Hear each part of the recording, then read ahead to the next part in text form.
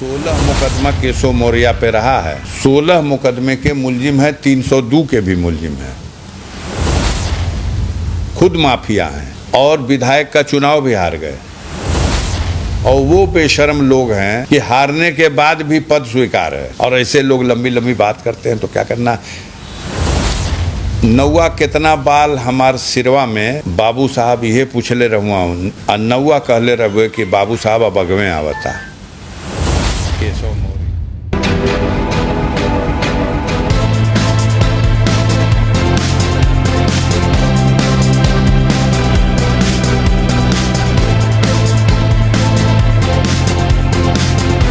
नहीं, माननीय अखिलेश यादव जी जब आए तो परिजनों के साथ बैठे। हमारे परिवार की सभी सदस्य भी थे, महिलाएं भी थीं, और हम सब लोगों ने अपनी पीड़ा को, अपने दुख को उनके सामने बताया भी, व्यक्त भी किया। वो खुद भी जानते हैं बहुत सी चीज़ें थीं। उन्होंने कहा तो हमने आपसे उसी दिन ही उन्होंने शोक व्यक्त किया था घटना के तुरंत बाद। अब अगर उन्होंने कोई मांग की है सुप्रीम कोर्ट के जज से, सिटिंग जज से, तो ये वेलकम करने योग्य उनकी मांग है। अब राष्ट्रीय अध्यक्ष जी आए थे, इसका एक राजनीतिक संदेश भी गया समाज, वो क्या लगता है, पॉजिटिव रहेगा या? हमने आपको भी बताया, फिर बता रहा हूँ कि भारत में लोकतंत्र है और लोकतंत्र की व्यवस्था में राजनीतिक दल, और वो भी उत्तर प्रदेश के प्लेटफॉर्म पर समाजवादी पार्टी और उसके राष्ट्रीय अध्यक्ष, तो अब इसको जिस चश्मे से जो देखे, उनका कहीं आना जाना एक राष्ट्रीय अध्यक्ष का उत्तर प्रदेश में तो माने रखता है। और आपको पता है कि हमारे भतीजे हैं मन्नू अंसारी साहब, वो समाजवादी पार्टी के ही विधायक हैं।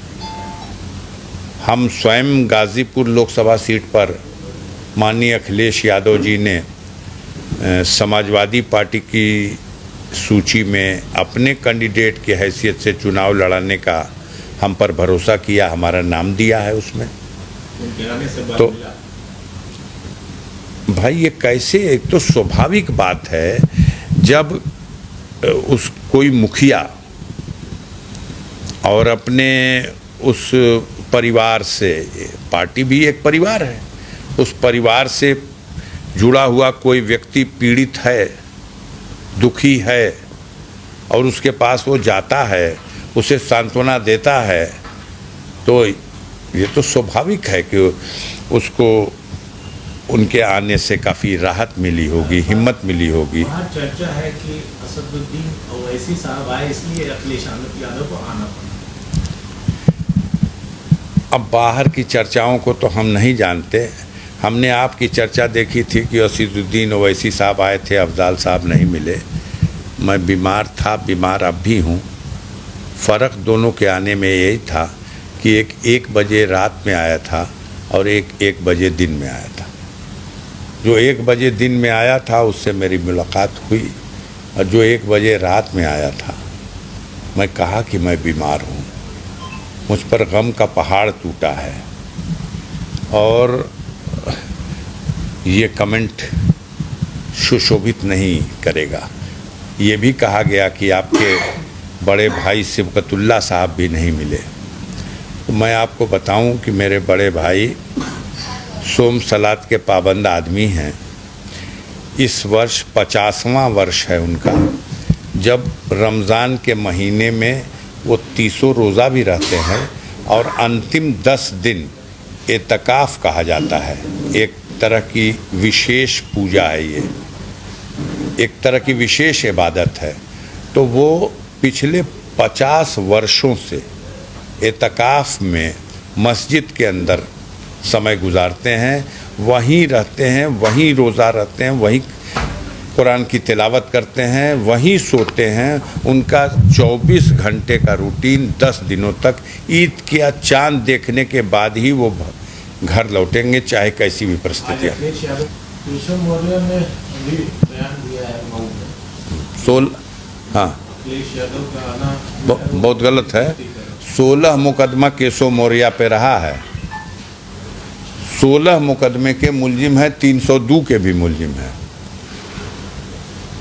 खुद माफिया हैं और विधायक का चुनाव भी हार गए। और वो बेशर्म लोग हैं कि हारने के बाद भी पद स्वीकार है। और ऐसे लोग लंबी लंबी बात करते हैं तो क्या करना। नौवा कितना बाल हमार सिरवा में बाबू साहब ये पूछले रहुआ और नौवा कहले रहे कि बाबू साहब अब अगवे आवता। केशव मौर्य या योगी आदित्यनाथ और उनकी सरकार या मोदी जी और उनका जो तिलिस्म है वो भारत की जनता के सामने टूट चुका है। इस घटना से ही नहीं, पूरे देश को जो उन्होंने नुकसान पहुंचाया है। दब गया इस तरह की घटनाओं में इलेक्टोरल बॉन्ड का मुद्दा, दब गया इस तरह की घटनाओं में जो माननीय सर्वोच्च न्यायालय ने अभी नोटिस जारी करके पूछा है कि क्यों न ईवीएम मशीन और वीवीपैट की निकली हुई पर्ची का 100% मिलान किया जाए। आगे चल के अगर इसके संबंध में आदेश हो गया 100% का तो कहानी खत्म हो जाएगी। ईवीएम मशीन की कहानी खत्म हो जाएगी, बेईमानी नहीं हो पाएगी अब।